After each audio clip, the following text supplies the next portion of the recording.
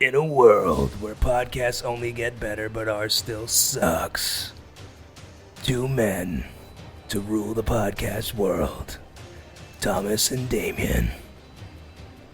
Dubfeet Variety Hour starting in 3, 2, 1. Well, hello, Damien. Hey, how's it going, man? How has your week been? It hasn't been bad. It has been a slow fucking week. But yeah, nothing's really the fucking going on. It's the same shit, different day, I guess. You sound like a Spike Lee movie. Which have you seen the trailer to his new movie? Oh, the one the one where the pretty much there. I don't know which war it is, but I'm assuming it's Vietnam War. Vietnam, yeah. Yeah, and they go back after they pretty much it's the premise of that Simpsons episode with Abe Simpson and That's right, Mr. Burns. So it looks pretty good. And I'll be honest, it does actually look good, and I think from what I read online, the critics are for it currently. Yeah. So we'll see. We'll see. But I'm definitely down to watch it. It didn't come out yet, right? No, June 12th. Okay. Which is what tomorrow, actually. Spike Lee, give us some money. Yeah, right. So I have to vent really quick. Oh yeah, by all means. So although I grew up in Brooklyn, a different part of Brooklyn than where we are currently. Yeah. I fucking hate this area, and I'll tell you why. So I just got off the BQE. Yeah. I was like maybe 4 minutes from your house. Okay. I was at a red light, and lo and behold, there's this fucking dreadlock, white asshole, girl, woman, ass bitch. I like where this is going so far. And here she goes, holding a cup out, asking for change, right? Right But on. also has a phone in people's faces. Oh, that's my favorite thing. And so she got up to me, and I looked away, and she goes, "Look, he doesn't even want to look." And I think Wait, so I'm assuming she was live streaming as she was fucking absolutely live streaming because she was so the camera was facing. It looked so the camera was facing her like a front selfie, whatever the fuck you want to call it. Right. And then I guess she was because she kept hitting the screen, so she was flipping it when she was at the next car. You know, when the camera's facing now, she was using the back camera. Gotcha. And then I would see her hit the camera, so she goes in the front. So I would see her do the front camera, Right and on. then I would see her click on the screen, and obviously she was pointing it back towards us. Which means she was clearly and obviously super invasive because you're in your fucking car and you're able to see all these fucking details. So Well, yeah. Well, somebody was said she to her, sitting shotgun with you after? right. Well, I'm in my car. He didn't want to give me any fucking money. But that's what she said. That's literally what she said. She goes, "Look, not one person here wanted to give us money. And somebody rolled down the window because she got up to the next person and went, What am I giving you money for?" She goes, "Well, I'm making a point that people in need, you're going based off appearance." And he's like, "You got a brand new Samsung phone. What am I giving you money for?" And so this asshole just decided, and the light turned green. She's like doing her fucking rant on the sidewalk. And I was like, "You know what, ma'am? Go fuck yourself." And I hope you get food poisoning. Because I don't know what point you're trying to prove. Because here's my point on this, right? Not to make this podcast start off with a rant. But No, I think that's how all podcasts should start off. It's a good segue into the rest of the things. True. You get the hard stuff out of the way. Get it off your the vent of the week. There you go. But there are people who there are people who need the money. There Absolutely. are people who are like in like legit like 25 cents will make a huge deal. Fucking A. The problem though is there's so many imposters out there. There's so many people who are such bullshit artists that it taints for those who actually do need because it makes it hard to decipher who's actually telling the truth and who's not. Oh, yeah. Absolutely. And this asshole, I don't know what her point was, but it's a complete fail. Oh, Because without a doubt. why the fuck am I going to give you my hard-earned money for you to prove your point? Who are you going to give that money to? Because you're clearly not using shampoo. I think it's obvious she's going to put it towards her Samsung bill. she's got to text her boo that lives in Missouri. So. Or Portland. Oh, Portland makes a little more sense, actually. Yeah. And those are the Portland, ski resort. Seattle, Yeah. Salt Lake City, Utah. One of those. So I reached... So I got nothing, man. I mean, I'll be honest. It's been a pretty slow week for me. I haven't had much going on other than fucking. I've been chopping away at some of our backlogged podcasts. Which may I add? Yeah, absolutely. I just want to from both of us. I just want to thank everyone who has downloaded so far. Absolutely not. Who has, Fuck all you guys. You guys have done nothing that's to really, help me. Let me see a goddamn share link. You it- pieces of shit. Yes. I don't care the 20-something people that's downloaded. I think you're all ungrateful fucks. No, but seriously, from Damien and I, we really want to say thank you. We hope people are enjoying it. We hope actually people are sharing it. Yeah. No, in all honesty, I feel like this was a long paved road in the making, and it was one of those things that like I mentioned this. You're going to hear it in a previous podcast, but something we were thinking about for a good minute, and things kind of just happened to fall into place. So we figured we just keep going with it. So any support and anything that we've been getting towards this, and any listens, thank you. Feel free to constructively critique and talk to me about it in person, or don't. Just keep it to yourself and shut your fucking mouth.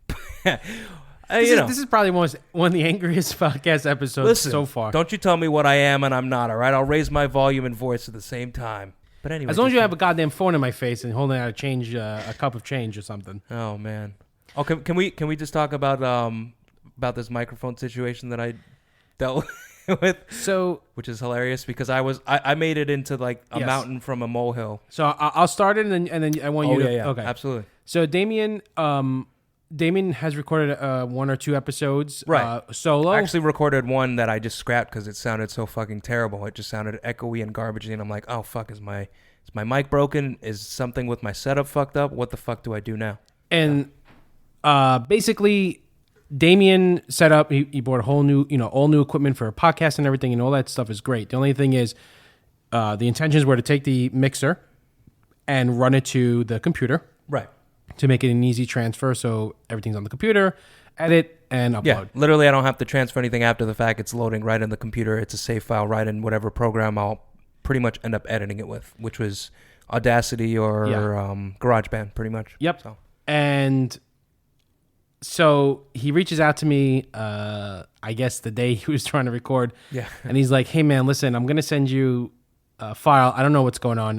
I don't know if it's Audacity or whatever, but it doesn't sound that it sounds too echoey. And yes, granted, we are technically in his living room, which is hardwood floors, high ceilings for those who haven't never recorded audio or right, whatever. And we're also up on the 19th floor in my apartment, so you pretty much, no matter what, you hear the sound. Well, that's just of wind. New York City. That's just true, but like being up this high, you definitely hear wind or sounds of wind more so than you hear it down below, I think. Yeah, so Damien reaches out to me saying, hey, man, it's a little echoey. Oh, yeah. You're talking about being on the 19th floor, hearing traffic and all that stuff. Right on. But, perfect example. Right on cue. And so I was like... We didn't stage that. We didn't go, Kieran, all right, honk your horn now. This is the part. I didn't text him to get that to go off, I swear. We're not that good yet. We'll get there. But long story short, so we're walking through a couple of things, and it's hard to kind of do an diagnosis or whatever when you're not in front of it. But anyway, I said, all right, try a couple of these things. Especially via text. Like, we were like sort of throwing around the idea of maybe doing like a Discord live video to sort of demonstrate. But I was also I think I was probably also a full bottle of champagne in, so it probably wouldn't have helped either way. So we, gave a few tips. Damien said, oh, I think it sounds a little better. He sends me the clip. It sounds okay. Again, it was a little more reflective than the past episodes, but I thought maybe it was just the way it was going through the computer. Now, in his apartment, we're sitting down, and he's going, yeah, see, it still sounds echoey, blah, blah, blah, blah. And go ahead, Damien. So Tom looks at my microphone for about, 3 seconds tops? Yeah. And he flicks one switch. I'm like, all right, well, you want to keep it like that? That's probably important. And then he goes, oh, wait a minute. He rotates the microphone, and now I'm talking to the proper side of it. I was talking to the back side of the microphone the entire time. So for those... I was talking to the booty. That's pretty exactly. much it. Talk to the hand, or talk to I talk with my back turned. But basically, in a microphone, not to get into a whole sound lesson, but is a diaphragm. And these microphones, you have the rear rejection, whatever. So what was happening is Damien had the diaphragm on the opposite direction, facing towards me. So and I consistently reconnected it that way. So every time I recorded something, it sounded fucking weird. Yeah. So. But now I hope we sound pretty good. I think so.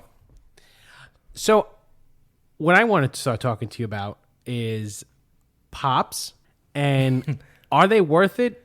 And does it make us assholes for collecting them?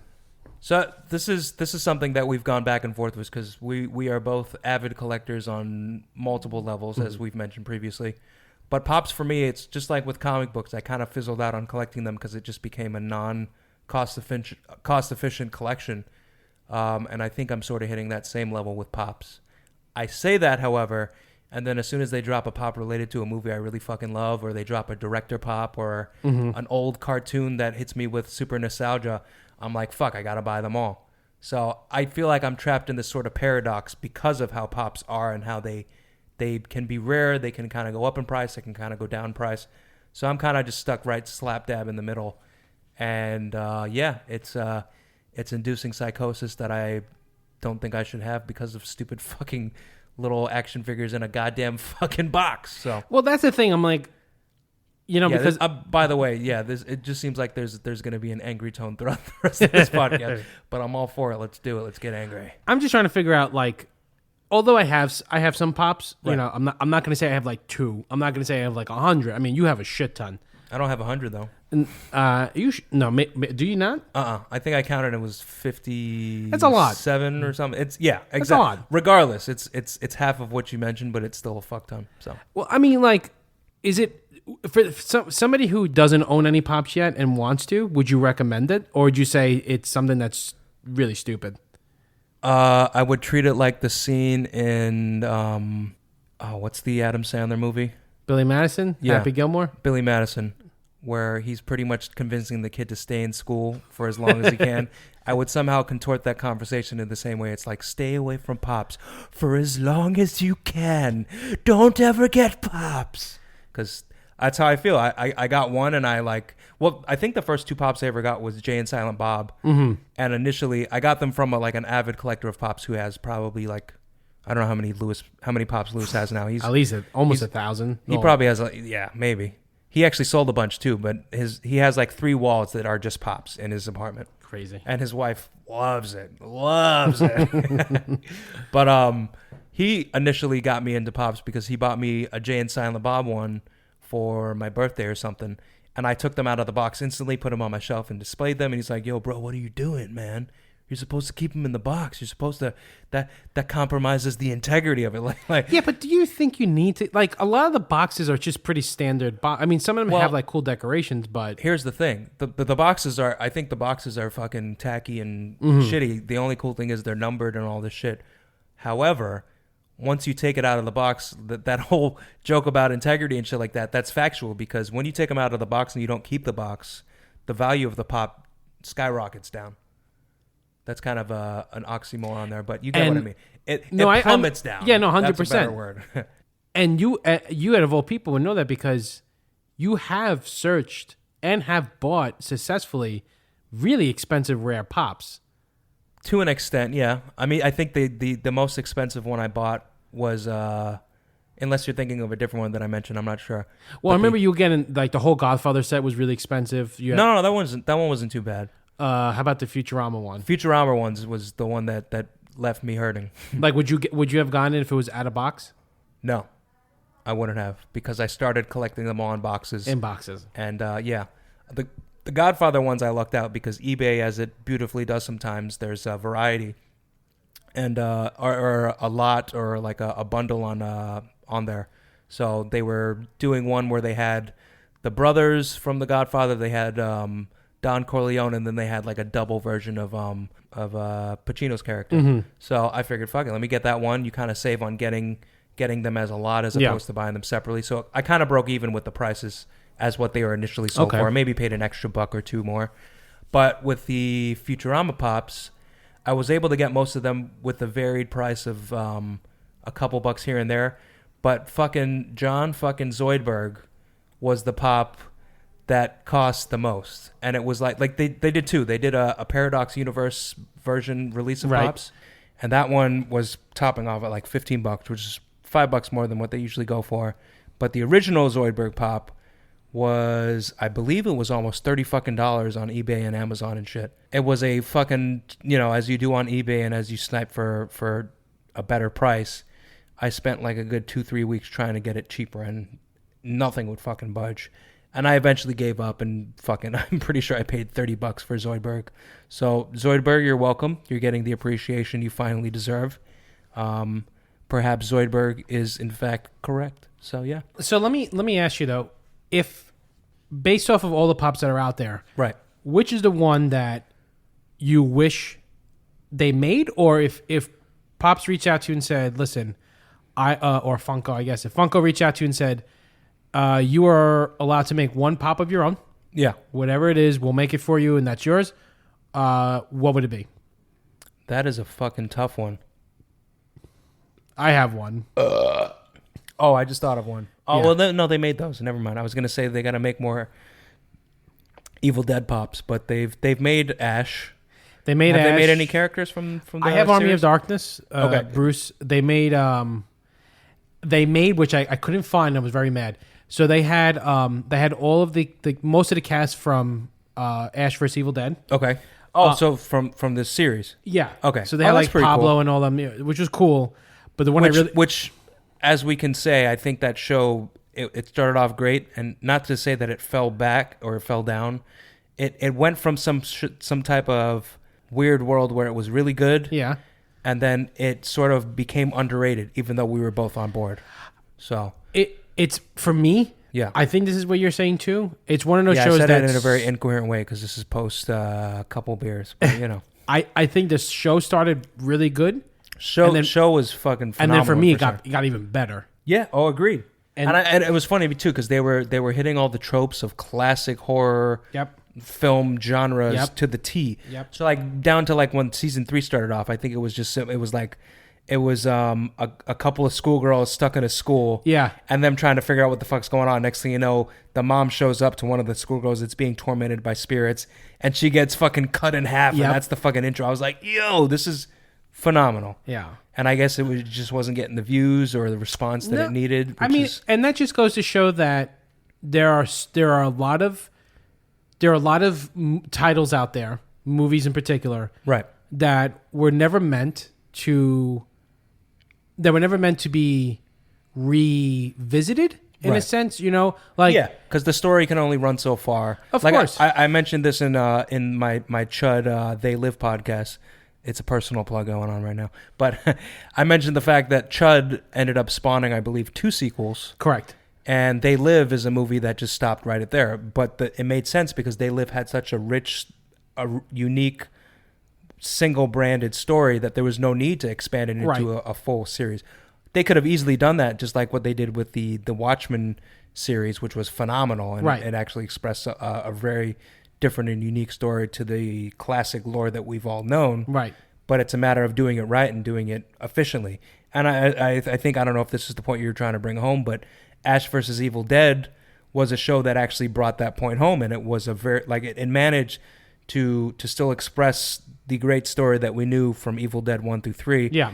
And it still expressed a pretty good story. So No, absolutely. And that's not to say that, I'll take back what I said. Like, yes, granted, Evil Dead and then Evil Dead 2 and then Army of Darkness are a really good trilogy. They're really good on an ensemble. They're good to watch separately. They're good to watch back to back. right, it is one of those trilogy of films. It is one of those trilogies where you could watch them separately and you still retain the bigger picture of it.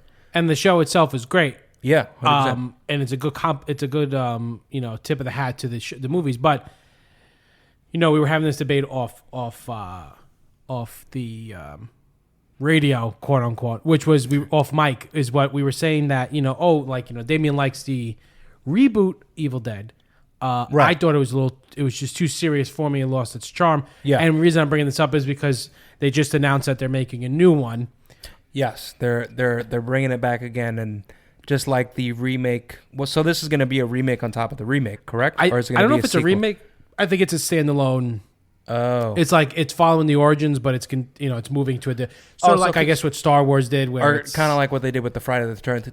Friday the 13th, movie. right, it's following- still tied back to the originals. correct, but it's a still- whole different set of characters. right. Yes, Which I have to admit, I did not hate the Friday the 13th. no, I think it's. I don't know why I'm speaking with my guy and he's accent. Friday the 13th movie.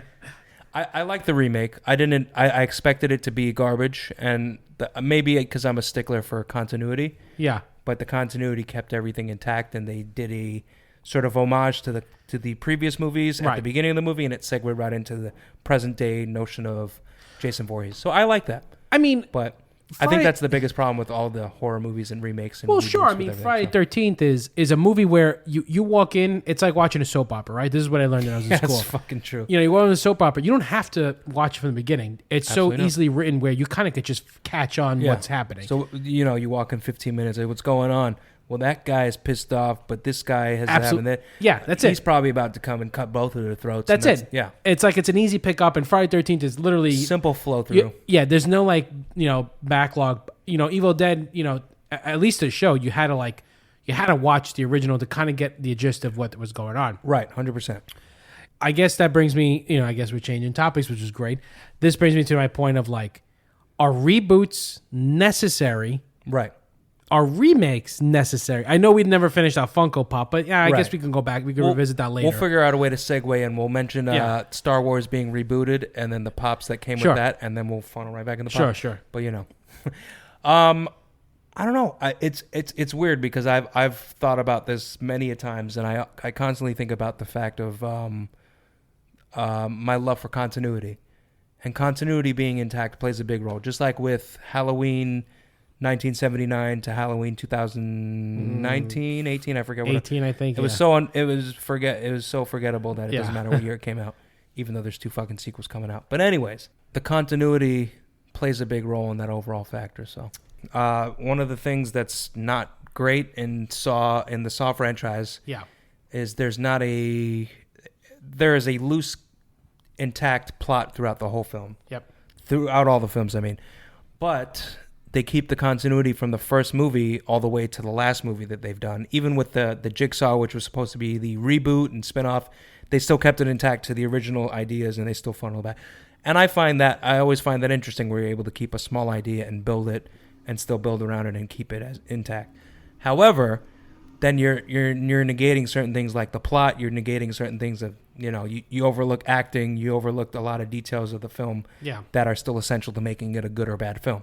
So those things kind of get lost depending on how far you reboot or remake something. But do you think it's necessary? I think it is necessary in some sense, because I can guarantee you, unless I took the time to expose my nieces to Star Wars, had it not been for the reboots, they would probably not be interested. This is some Interesting. old ass 1970s movies that I don't want to see. I don't get it. There's an old dude that wants to play with a sword, like seeing the new Star Wars with Finn and what's the other? I have no idea. The main characters in that movie. But the main characters in the movie had a younger appeal, Gotcha. which pulled the audience. And so I forget. I think her Obi-Wan. actual name is Riley. I don't remember. Oh yeah, Riley. Sure. Yeah, Sure, yeah. let's go with that. Jim Bob. Daisy Ridley. Yeah, Yeah. What's her actual fucking name in the movie? Daisy Ridley. I know what you're talking about. We'll do the classic thing when I do my my reviews, Mm-hmm. instead of actually saying their names in the movie, because I always forget. Okay, well, Daisy Ridley's character in Star Wars, I'll just say that. Okay. But anyway, Daisy Ridley's character and Finn, aka Joey Boyega, they were younger and they have more of appeal to younger audiences, like my 2 nieces. Right. So that pulled them into the Star Wars universe. And then because of that, my sister and my brother-in-law were able to put them onto all the movies. But then that begs the question of all right, look. I don't know if you're going the same way with this, but it just made me think of it as like a brainwave. It's like, is that a commercial reason that they do stuff like that? Or is that I was an expansive idea of something cool? Yeah. So my question was, it has some of the will branch to that question as well. Right. But it's like, being that it's new, you're adding a new storyline. You add a new storyline to it. Keeping it alert. Yeah. So you slap a new fresh paint on it. You add new characters, and you keep the same title. Yeah. Does it? I guess Star Wars is a different one to argue on, because it's following a sort of saga of other films that pertain to this one universe. Which brings me to another question after we sort of wrap this up. But I've said this many times before, which is one of my favorite films. Also, it's a horror film, is Texas Chainsaw. Right. Where every movie following the first one has really nothing to do, even though the newer ones sort of try to connect some dots to the original. Right. But to me, that's, to answer that question, is yes, I think that is just commercially just trying to keep things alive, and companies that bought the titles that goat over for as long as they can. Yeah, absolutely. True. That's just trying to keep the license alive because you just paid somewhat millions of dollars for it. Now you're trying to make money off of it. But I think if I showed my future kids or my nephews Texas Chainsaw years down the road, I guess it depends on the movie, right? I guess it depends. Like 1970s Star Wars is not going to hold up as good as like a 1970s Texas Chainsaw. In the sense that I think scary is scary no matter what year it comes out. True, but also I almost want to take back what I said before about Star Wars, only because you bring up a good point with Texas Chainsaw. I remember my dad mentioning that movie when I was younger, and he said, you need to watch it, and it's, you don't have to worry about, like, he mentioned it to me when I was young, so he was like, you can watch it, and it's not very violent, it's more of just being a good movie. Yeah. So he brought it to my attention for the sake of it being, a classic and unique and original and, one of those that just kind of sideswipes you. So with that in mind, with Star Wars was in essence sort of that. It was a bigger picture type of film, and it was pretty much saga-inducing in terms of a genre, first time in cinematic sort of history. It became one of the first blockbusters. So I don't know. I feel like that still has an appeal. So there's sort of a uniqueness with the original creation of these flicks. So it's kind of hard to say. But I don't know. Pretty much I'm kind of stuck. What I'm trying to say essentially is I'm stuck between the middle of the two. So it's hard to make the assumption on my side because I see the value of a sequel. I see the value of the reboot. But at the same time, the original still managed to stand strong if they're good movies, But without these reboots, there is no original. You think so? I mean, if there was no original Star Wars, there would be, I feel like, no Star Wars, period. I thought you meant like without the reboots, the originals fade into nothing. I thought that's what you meant. Oh, absolutely not. Okay, see, that's exactly my point. My argument is, if there was no Texas Chainsaw... Right. There would be no 6,000 sequels that follow. Right. There will be no person named Leatherface. There would be no Dennis Hopper popping up in part 3, was it? Part 2. Part 2. Right. So that's what I mean. Like, personally, I don't think reboots are necessary. I actually, in my argument, I think they end up hurting the original film. Because I feel like sometimes it overshadows the original film. Yeah. Well, look at the Nightmare on Elm Street remake. Right. They had good intentions. They wanted to give it sort of a fresh take and a unique, different sort of outlook, and it flopped hard. And granted, the dude that played, he plays Rorschach. Yeah. That dude, he did a decent job. It's just they took him so far away from the original character that we knew. Yeah. That it kind of it didn't make it any better. It didn't make it any worse. It was just another fucking movie. It's just another movie. Yeah. I think that's the difference. Like when you make a reboot, like back to when we mentioned Terminator Dark Fate. Yeah. It wasn't just another movie. It literally unwrote Terminator 2 to an extent. Mm-hmm. And it goes, okay, so we just unwrote the best Terminator movie. Now what? And they go, okay, well, we'll show you what. This is what we want to do with why that got unwritten. We're going to fuck you up. Right. And we're going to give you a whole new story based off of what we unwrote from Terminator 2. Yeah. And that's my defense in terms of a reboot happening. If you're gonna make a reboot, go hard or go home. Yeah. Well, I'm against remakes, but I'm against rebooting a series that's going to continue where we left off. Right. And that's what I'm saying. You're against it from picking up from where. So using the Terminator example. Terminator 2 starts. Forget 3. Forget Terminator 3. Forget Salvation. Forget Genesis. Go right to Dark Faith. Halloween. If you just went from same deal with Halloween from 1978 to the 2018. Because there are certain characters where Laurie is one of them, right? Where it's like, okay, you watch Halloween 1, and then it's like, okay, well, obviously for those who've seen it, at the end he like disappears, right? So it's like, okay, well, great, this is awesome. And Halloween 2 comes out and kind of continues right after. Right. That movie's not great. It drags, but there's the deep-rooted classic Michael Myers in it. So I think that's the only reason that movie gets saved. But if you look at the comparative scores critically wise, I think it has like a third of the score of Halloween 1. So because Halloween 2 it's just such a silly. I think the premise and location where it is great. I think in a hospital, like, it makes so much sense. No, and then just down to the fact that it was the chaos of Halloween with razor blades and apples and shit. Yeah. them dealing with like, we got to deal with extra cases because of stupidity on Halloween. Sure. Then all of a sudden Michael's in the mix.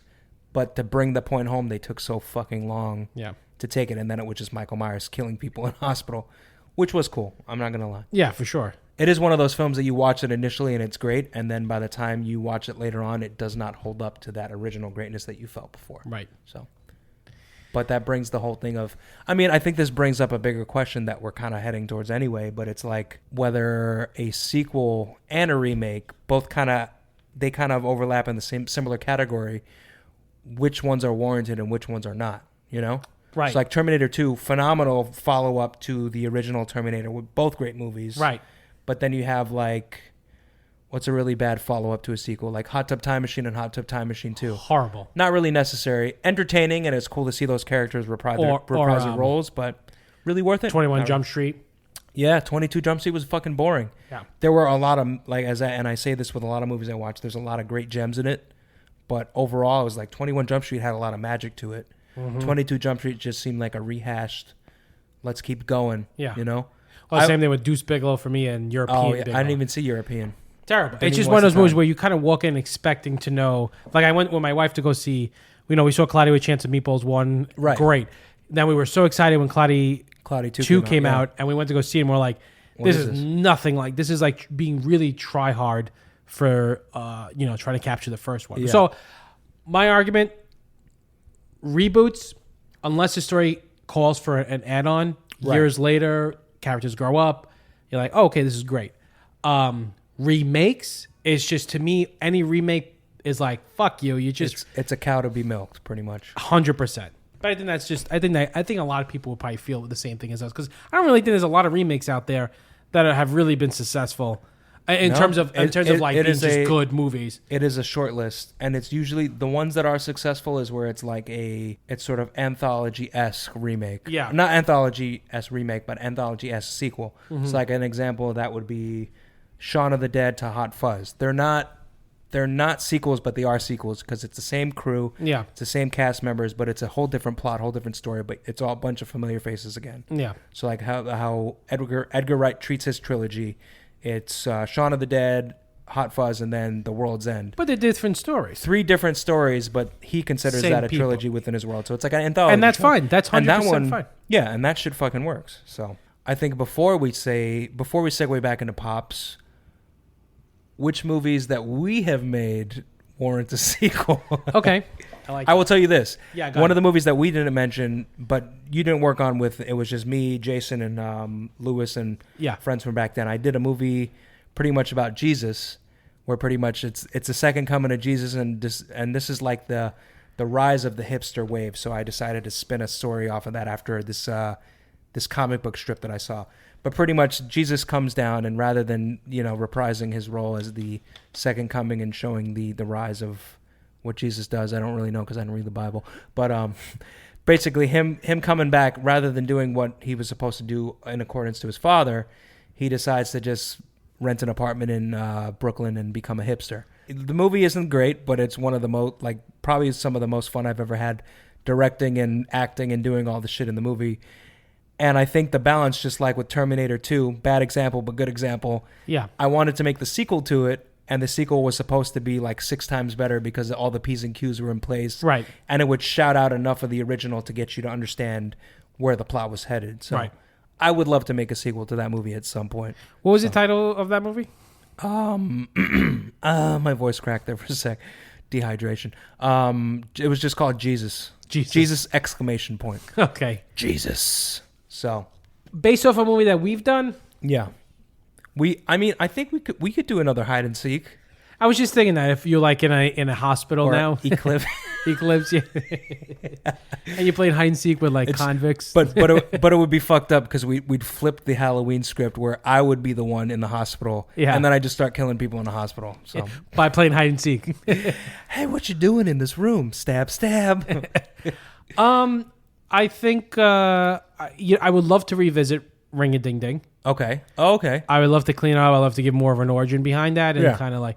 Well, what's cool with, and this is just as we mentioned the uselessness of sequels and stuff, I think we can hijack that and make sequels useful.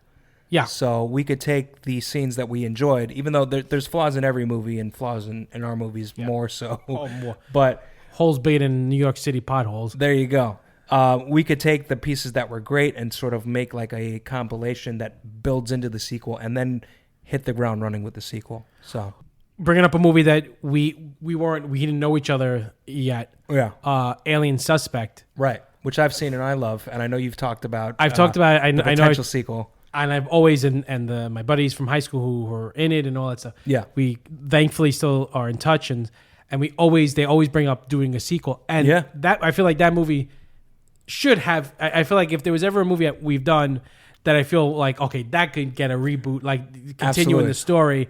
Which not to go completely off on a tangent and cut you off there, but to bring up that point too, there's the matter of the sequel reboot where it's kind of best of both worlds. Yeah. Which is a good handy tool to sort of recreate or rebirth something that you didn't fully develop, Yeah. but you can now develop now given the tools and stuff and such and such. Oh that you yeah, have. sure. So Well, Terminator 1, Terminator 2. exactly, It's yeah, a sequel, but it's still continuing a story. It's like okay, well, this is where I'm at now. Yeah, exactly. I got the people to back me. I've got the right tools. I got Yep. the P's and Q's in order. Yep. Let's fuck shit up now. Yep. So One of my movies that does not deserve a sequel, I would say, it's an obvious one, but don't Traffic you dare Dead say Ahead. it. Yeah, Oh, you son of a bitch. definitely. I'm bringing up Traffic Dead Ahead because a couple of days ago, we had the really awesome opportunity to finally get on FaceTime with Oh yes, a really good friend of ours, Kieran. we finally got to hash out some scenes in that and Yeah, I want to reminisce. thank you for that because I know you set that up. You kind of like, hey guys, let's get this going. It was a group effort. It was a matter of just finding the time, yeah. Yeah, but we were all gearing for it. It was just a matter of like when was somebody going to pull the trigger to do that. the trigger to get it going. So And and I'm glad- I was just looking at an excess weekend that I had more time off. So that was the only factor that got me rolling on that. So And I'm glad we. I'll take the credit for it, but I don't really deserve it. I'll say that. Well, it got it going, but There you it go. was nice talking to him, and it was, and he even said like, let's just, he is in the military, yeah, so his time is very crazy, but right. he lives in the South, and I think it's going to come a point where, if doing Traffic Dead Ahead 2 or something of a spiritual successor of it Right. is what can get us to get down there and hang out with him and we fuck around could, for 2 we days could or easily so. do just a simple Traffic Dead Ahead 1.5. I honestly think we don't even have to do a full film. We could just like what we did when I was listening as the egomaniac that I am. I was re-listening to us talk about Eclipse. Yeah. And I was talking about how we salvaged the intro that didn't become the film, but it became the intro to the part of the film of Eclipse. So we Yeah. abandoned an idea and rehashed it. So I was thinking about that in terms of this, and we could easily do like, we could have a whole nother idea for a movie, and the intro of the film is just tying back to a loose remnant back to Traffic Dead Ahead, like just Kieran on a phone, Yeah. looking 20, Yeah. 2020 Kieran going, well, the distribution plan's going well, and then it just cuts to It something could be an else. origin story too, or he could be like, Exactly. "Oh, I'm about to go in for a meeting today for a distribution plan." Yes. And for those who watch our films, we'll kind of connect the dots in this universe that we're building. We're creating, just like Vince Gilligan creating his Gilligan verse, we're creating our own, Little universe. shit verse. Yeah. Can we call it the shit verse? Sure, let's do it.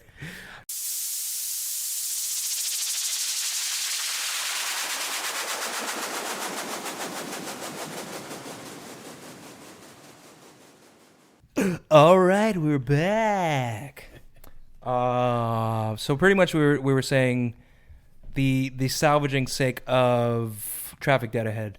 The only sake of remaking or redoing that movie is if we joked about it at the beginning of another movie, and that would be kind of what it would be. But the main point of that would be the sentiment that came along with us filming it and writing it and putting it together with Kieran in the first place. So bringing it back would not be in vain. It would be for fun, and it would be awesome. Mm-hmm. So, is there any other movie that we did that would warrant a sequel? I don't think so. I'm trying to recap our sequels. I mean, our originals now. No, it's weird too because I mean, it's not like we go into our movies with the idea of, oh, let's expand this to like 3 fucking movies. So maybe that's why they're kind of bound in a singularity sort of state. I get So- all right. I think there's one right. Okay. And that's because I kind of want to maybe see what happens Wanna see afterwards, where it kind of goes? story. Okay. And that's Devil's Day Off. Okay. You know. It's funny that you mentioned that because I don't know what what brought that to my mind. Oh, well, I was back to listening to our podcast and me chopping stuff away. I was thinking of the idea of how we set that movie up, and how it was me, you, and Kedron. Yeah. We all had 3 different ideas. We were all going to film 3 different skits. Yep. And then it was sort of, it was it was a la Edgar Wright. It was 3 different movies. It would be a trilogy, but it wasn't necessarily 3 movies that intersected and intertwined. Yeah, we were literally doing like a creep show of movies. 100%. And your brother was the first one up, and my movie just came out so bad, and it was just so all over the place. What was we No didn't even put Tip? No Tip was supposed to be part of That was part of that trilogy. Yeah. It was just by how we finally got it together. It just did not. It didn't. Well, it definitely didn't have the magic of the other 2 that we did. So. Well, really, just one. It was. Well, what one? What was? Oh wait, no. Wasn't Ploys part of that universe? No, I'm mixing it up. I don't fucking know. So we did your film first. So I think we mentioned this earlier, but No Tip is a. No Tip was part of the trilogy. Yeah. But what was yours? You I don't know if we got around to it, because then if that's the case, then let's say we add Ploys of Plunder. Yes. Then a great deal would be added to that mix. Okay. Yeah, so you know what it is? Maybe we laid that foundation for it being 3 flicks, and then they sort of kind of grew on their own and they became themselves. They became themselves. Which, but also, although Kedron's not in the movie I did, he is in Ploys of Plunder. True. Yeah, he is. You guys are in both your films, and you're not in the one I did, but you're still incorporated in the film as you're helping me as crew. Right. So I mean, I guess that counts. But yeah, no, Devil's Day Off is something I would like to see as a movie, figuring like, so you get killed, quote unquote, by the devil, but I want to see you kind of like in hell now, trying to make a deal to get out. It's like, can you just let me out? I just want to get some donuts or something. Yeah. I think me personally, rather than doing a full fleshed out sequel, I would more appreciate, just like how I mentioned with if we filmed with Kieran. Yeah. I would appreciate like a little mini segue in the background, like the dude like trying to climb the gates of hell to get back to Earth, and then it segues into something complete. Like that's the background into a foreground of a full plot to something else. Yeah. So like what the fuck's going on there? And it's like, oh shit, that's the dude from Devil's Day Off happening. That's something I would appreciate more than making a full sequel. Gotcha. And I would like tie back that to more of an Easter egg. 100%. Like I would tie something back all the way back to Card Game Under the Bridge, because I'm pretty sure I still have the same flannel that I wore in that movie. And granted, the only thing is I need a long-haired black wig now. Right. But have that guy in the background turn around in a random scene. That would be enough as a shout-out and sequel-esque notion, Easter egg, as opposed to doing a whole fleshed-out sequel to something. But that's just me. Changing topic for a second, Damien has bought a new camera. Yes, I was gonna say that has to come up at some point. So yes, and I'm excited. The point is now, and it's a great camera. It's for those who know sort of cameras. It's a Blackmagic Pocket. Don't tell them. They're gonna go buy it and then they're gonna ruin me. It's a Blackmagic Pocket 4K camera. It's an excellent camera. It's very good in low light and all that jazz. It's got good. It's good quality, and the deal I found comes with enough features that I probably would have been spending the next month hunting for anyway, so it kind of covers me. The only thing I got to get is something to adapt the mic, something to adapt the lenses that I already have, and that's pretty much which is cheap. That's a fucking $2 piece of plastic. So why I'm bringing this up also is the fact that, because I was asking you, what's the thing you're going to shoot on, and you weren't sure, right? But it had me thinking of an idea that I want to throw at you as a first time use of the camera. This is for a professional camera use only. You're going to have to file a report with the government in order to get to use the use of my camera with me. Fuck you, President. Well, I was thinking that what if you actually, I guess in my point it would be me or someone, but doing a podcast, primarily you. Yeah, because I would assume you want to use the camera, right? But doing a podcast like we are right now, okay, and they get a call in, like first time I'm learning how to use the equipment to get a call in and all that stuff, right on, and it is a recording or someone quickly, as soon as I pick it up, they're quickly shooting a spell or a curse at me. Ooh.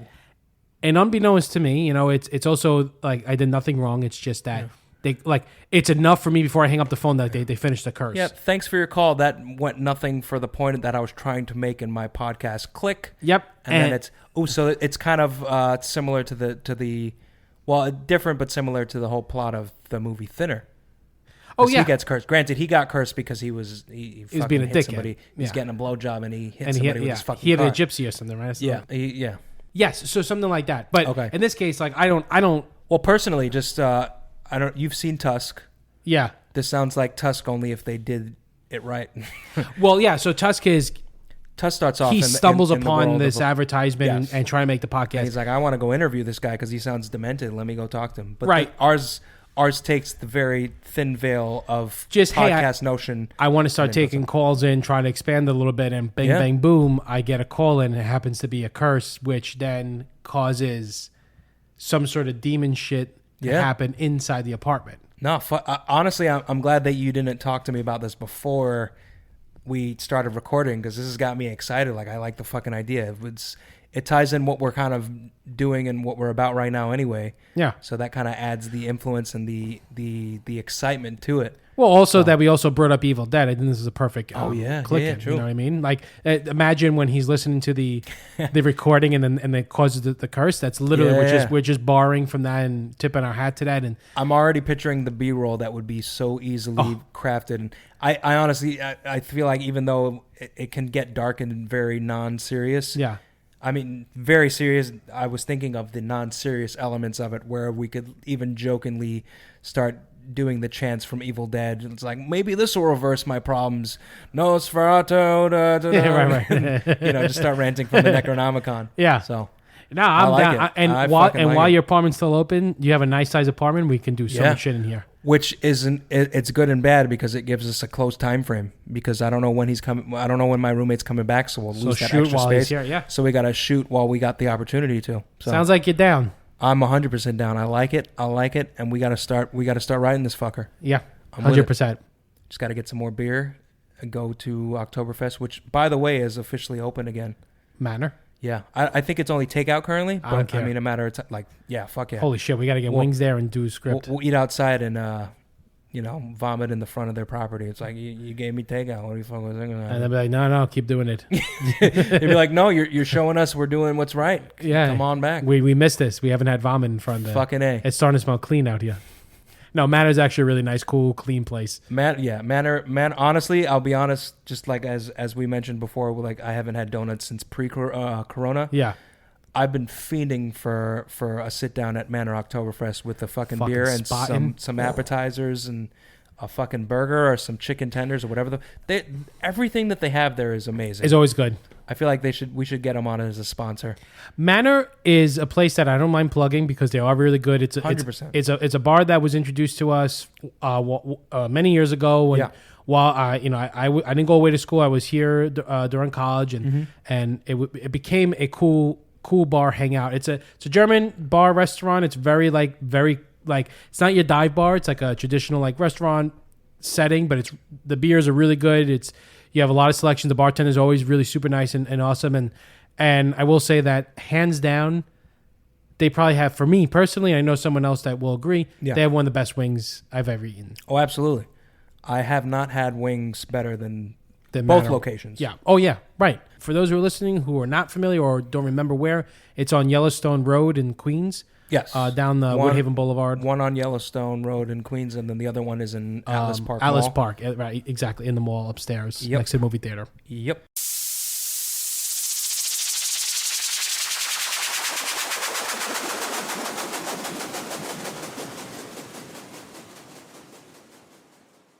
So as we have met, we have two things to loosely talk about as we close out the podcast. I guess we'll kind of stick on theme here because we've established someone. We did our first podcast. The one thing that I've just noticed lately, and it's driving me nuts, and it's driven me nuts for years, is the fact that because of social media, people feel the point to emphasize their birthdays.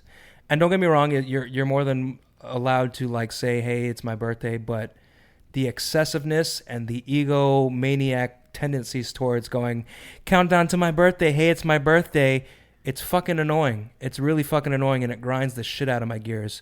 We fucking get it. If I get a Facebook reminder that it's your birthday, I'm gonna comment on it. But I don't need you reminding me 5 times in one fucking day that it's your goddamn birthday. Because I could give 2 shits about your birthday. And see, I'm sorry, but it's a fucking fact. I don't know that this was happening. I'm getting so mad that I'm doing like that. The clap. Hold up, yeah. Hold up right now. Don't you tell me about your motherfucking birthday. But that's I mean, just me. I'm not active on social media. I really don't have social media. You're a smarter person than me because I go through these phases where I have the apps for all Twitter, Instagram, Facebook, then I delete them. And then you reinstall. And then I go through I'll go on the Safari version of it and Internet Explorer version of it. And then I'm like, I just need the fucking app again. So it's just a full cycle of addiction towards social media. So. Well, I mean, this is a reason why I bringing up a good point with this whole birthday thing is that's a reason why I kind of left social media. Right. Because it made me, as a freelancer, right? Yeah. I think one of the worst things that social media does, and this is what puts people in a hole, is okay. My example is okay. Wow. So I haven't worked, let's say, in a week, right? And I'm like, fuck.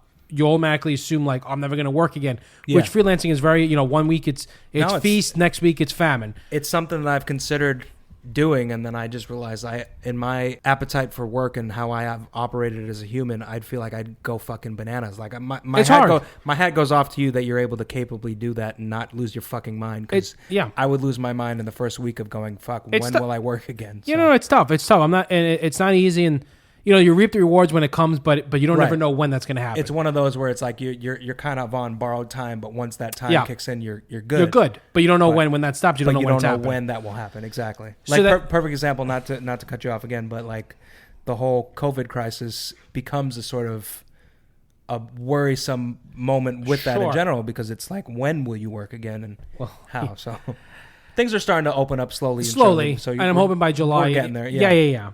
But okay, so that being said, like with all this shit happening where like if I was on social media, this was happening when I was still active, where I would be like, fuck, I get into these bad headspaces like, oh man, I'm never gonna work again. Maybe I'm just shit at what I do, whatever. Right. And then you'll Which find is far from the truth because I appreciate that. Yeah. And then I'll find people who are doing look up his IMDb. Please don't. But when you go look at somebody else underscore machismo sound guy. Nope, never. That's totally false. But yes, please follow that. I'm making a fake account for him, and I'm going to add that domain better be taken. I'm going to be a social media manager from this point on. I've just decided.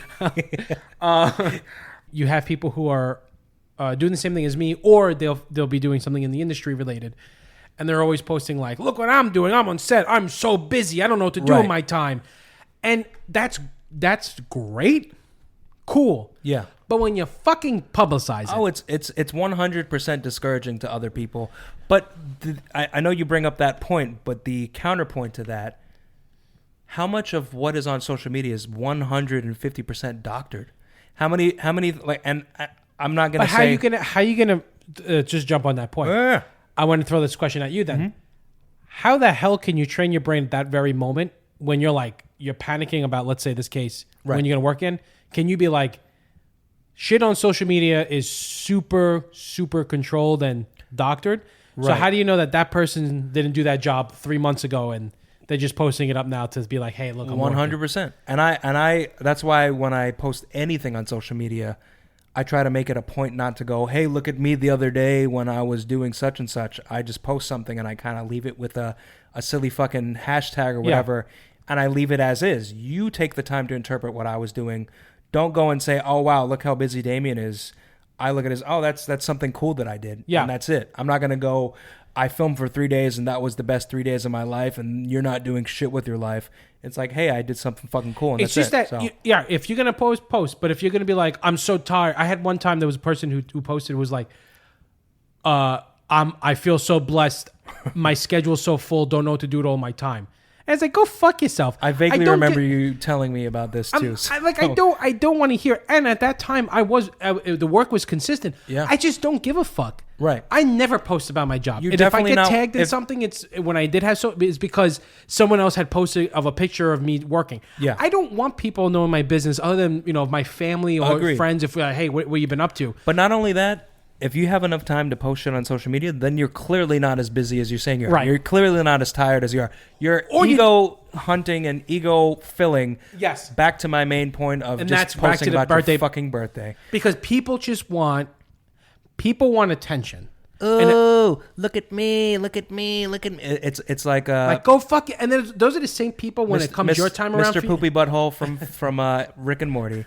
Look at me. It's like, no. Although Mr. Poopy Butt is a bad example because he's a nice guy. And he got shot in an episode of Rick and Morty, but I digress. Well, thanks for spoiling that. But it's okay, he lives. I'll never watch it. Double spoiler.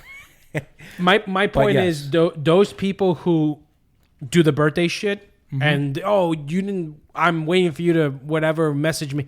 When it comes time for your birthday or my birthday or whatever, I bet you they'll probably be, if not the last people to fucking ever send you a message. Absolutely. And you mentioned the birthday responses, and it brings up another point. And don't get me wrong, like, I don't go and say, hey, it's my fucking birthday, happy birthday. But guaranteed, as everybody else gets sucked into on their birthday, you're caught scrolling. You're caught looking for the comments of people wishing you happy birthday. And you're caught, you get caught into that world of social media. And I think the bigger picture and the bigger point is fuck social media. 100%. I'm probably going to go post that as a Facebook status and then ask you to like, share, and retweet it. But I do not. Social media I know this is such a paradoxical universe. But I think this is such a bigger argument than the 10, 20 minutes. This is probably the worst closing argument ever because it became an extended argument. But my argument for so many years is that I 100%, I'm going to sound like a fucking politician, and I steer away from politics. I really do. I hate social media because all I think it's done is cause so much cancer to everyone. Even when the benefits, when people can bring up a benefit, there's no way you can say, well, that's still a cancer. For people to feel so accepted, they're waiting for a fucking like, or a comment, or a subscription, or any recognition that, hey, look what I posted, but no one's answering, and then you're in a slump. Over what? What does it matter? That's why I left that fucking shit, and I've left for years because I just can't do it anymore. I can't deal with people. They want to post stuff and then they get so upset because so and so never fucking liked something, and it's just like, God forbid your social media account gets closed. I know this is going to be such a random but tie-in point to this, but I know there was a porn star that got her Instagram deleted. I guess she either got somebody that didn't like her and they reported enough of her scantily clad posts or whatever, but her account got closed. And then when she reopened up a new account. The first stories or posts that she posted were her crying, pleading for an understanding of why her account got deleted. Oh, God. You are so wound in your own fucking world that you have to cry about losing a social media account? Yo, they do that on YouTube. Don't get me wrong, I would be 100% upset if my Facebook just fell off the face of the earth. But why are you making a video about you crying? Come on, man. I would be upset because there's people that I've known since elementary school are on there that I communicate with here and there. And the communication factor of it would make me upset. But if that shit just if Facebook up and disappeared tomorrow, I would be more happy about that than upset about it. If Facebook dissolved, Instagram dissolved, Twitter dissolved, and it dissolved into nothing, there's nothing that falls out after, I think we would be honestly in a much happier world. Even though people will still go out and seek, because there are people. I was just gonna say, as a pessimistic person, I know, but that's the problem. The problem that will come about is if these things are gone because of such an impact that it's created on society. Dude, people are making millions off this shit. Yes, exactly. It would only create a vacuum for the next Facebook, Instagram, YouTube, Twitter to come about. It would just be a matter of time. And what is that? That's a tumor. That's exactly a cancer. Yeah, it's something that is dormant and it is no longer it's in remission. It's 100%. A matter of remission and only for it to return. So, which brings up, I don't want to get too political here, but a lot of the media talks about today is government regulation on social media, and it makes me kind of split with it. Because I feel like it's another one of those overreaching kind of things. It's like once you regulate that, it becomes a bigger picture. But at the same time, Facebook and these social media channels are so unregulated that it breeds such stupidity. It Yeah. breeds such herd following for the dumbest fucking things. The only traction that something like Flat Earth has gotten is because of social media platforms. Such stupid ideas that get a platform are because of social media. Sure. That's as far as I will go in terms of politics. Sure. I think No. that's vague enough that it doesn't choose a side. We But should get there- the same internet as North Korea then. Exactly. Bingo. Exactly. Well, but that's like the other side of the worry. That's like, Right. well, once you start to regulate, what is the cap on regulation? Right. So, anyways, you want to smoke this DMT? Yeah, exactly. So I was trying to channel my inner Joe Rogan. Well, it looks like, correct me if I'm wrong. Looks like we're going to go ahead He's and wrong. close out this episode, but we are going to start our next episode. Damien has no idea what I'm about to say, but I want to start episode, whichever he gonna we're on say? right now, I'm gonna with keep talking under. how disturbing are M&M chocolate commercials. Yes, this is a valid point, because if you just think about a couple of them, some of them are great, some of them are creepy as fuck. But we will talk about that in the next one. So until next time, ladies and gents, It's time to eat some Popeye's chicken, so go fuck yourselves. not really go fuck yourselves, but Oh, sorry. That was the hunger talking. Thank you for listening, guys. We've gotten up to 25 listens, and I appreciate that.